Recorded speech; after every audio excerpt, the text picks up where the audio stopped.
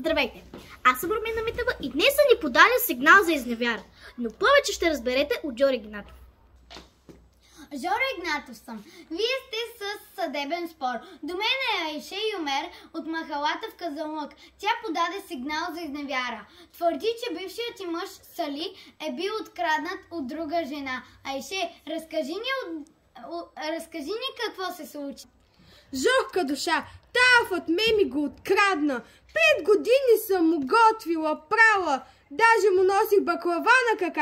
Оня ден го виждам, вози Фатме в голфа си, музика на чайга и купува дюнер.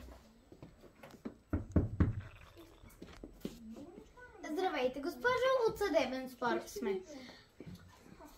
Фатме Алиева, вие сте укорена в разбиване на семейство. Как ще отговорите?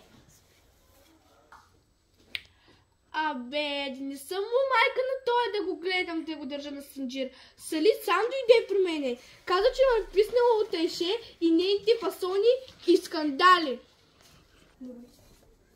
Ти какво каза? Моля ви, спрете! Сега искам да ми кажеш, какво ще й кажеш на нея? Фасони, ама от любов. А ти какво? Само мигри, чиктоци!